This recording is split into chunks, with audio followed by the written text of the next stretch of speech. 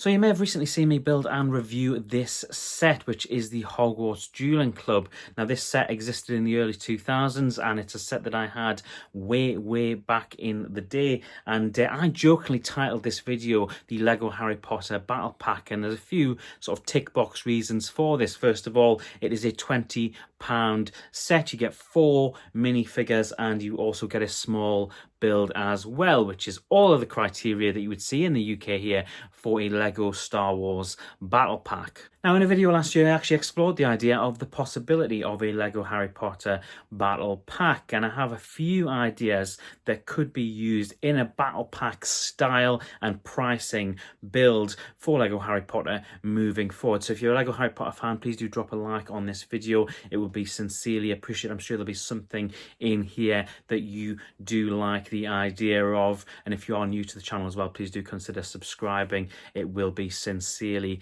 appreciated. Now, last year I spoke about the idea of potentially having a battle pack that included some of the darker figures that we maybe don't see on a regular basis.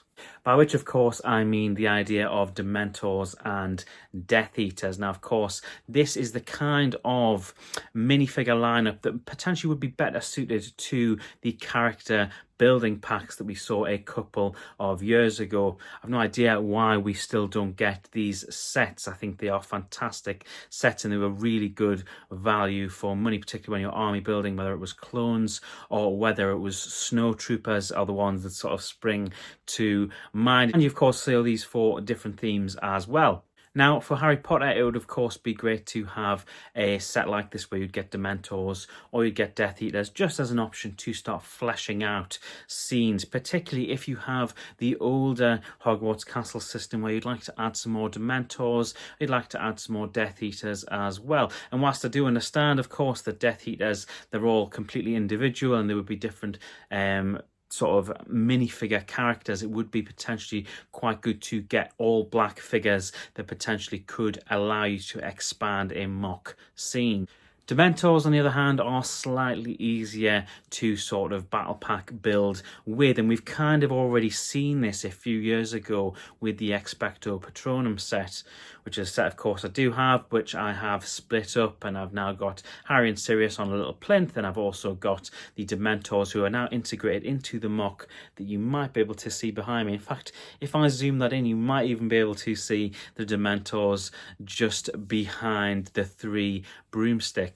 The issue, of course, that you're going to run into, which I've spoke about so briefly there with the Death Eaters, is the fact that you're going to have a situation with named characters, and one of the least successful battle packs that I can remember in the last couple of years is, of course, the Captain Vaughn 332nd Lego Star Wars Battle Pack.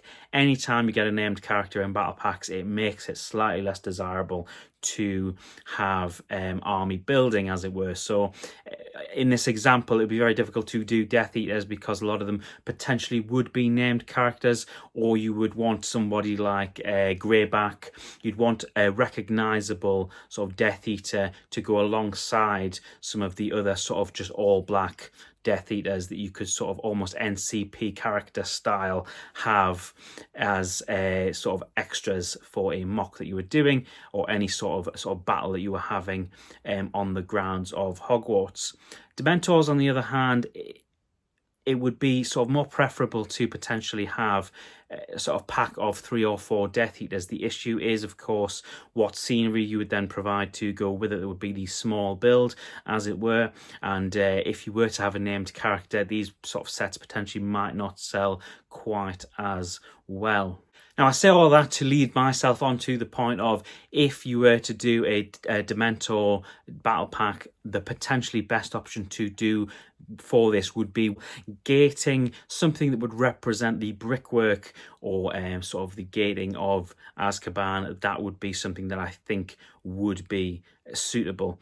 Now, that doesn't need to be the build, but you can see where I'm going with this. It's not necessarily a named character that would go with the Dementors, because to do just 4 Dementors, I'm not entirely sure what scenery you would do with that. But if you were to do 3 Dementors and then a character that isn't a named character but would provide a bit of substance for something else, I think that would be the kind of thing that would be certainly suitable in this situation.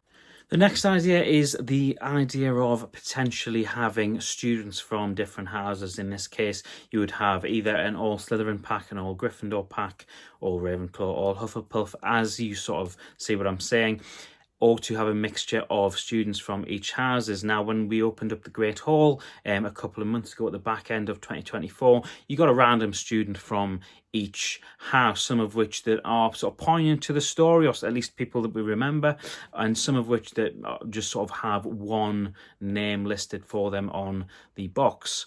Why couldn't we potentially do this with battle packs? It would certainly allow people to continue to expand their Hogwarts, expand any mock scenes that they are working on.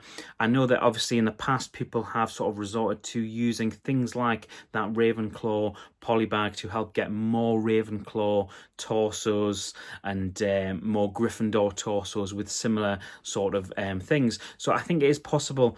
It's certainly something that might be worth doing. I certainly think there would still be the clamour to go out and buy these types of battle packs. But again, is this the kind of thing that would be better suited to those character packs that we saw a couple of years ago? The long and short of this entire video is the fact that I would love to see any kind of army building or Hogwarts student building sets available on the market. Now, whether that's in the old school character packs, which I don't think they will do again, or whether it's in a very small box battle pack like we see with Lego Star Wars, like we see with Lego Marvel now every year. I think it would be a really nice thing to give back to the fans. Now, this is an idea that was obviously derived from my original Lego Star Wars magazine video, when I sort of suggested, why don't we have a Lego Harry Potter magazine by which you could get named characters, or you could get characters that you could army build with, be it a Dementor, be it with a Hufflepuff student, be it with a Death Eater, whatever it may be. Why is it we still haven't got those types of figures available freely to Lego Harry Potter fans? I will leave the video there for today. I feel like it was slightly on a bit of a ramble and a tangent, but it is something that I've been thinking about for a considerable amount of time, particularly when, like myself, I've been trying to build a couple of different Harry Potter mocks over the last sort of 6 months or so. And if you haven't already gone and checked out the Malfoy Manor mock that we sort of put together, we expanded upon Malfoy Manor a couple of weeks ago, go and check that video out. I'll drop the thumbnail right over the top of my face. You can go and check that out after this video. If you've watched until this point, it's sincerely appreciated. I hope you have an awesome and a nerdy week, and I'll see you in the very next video. Bye.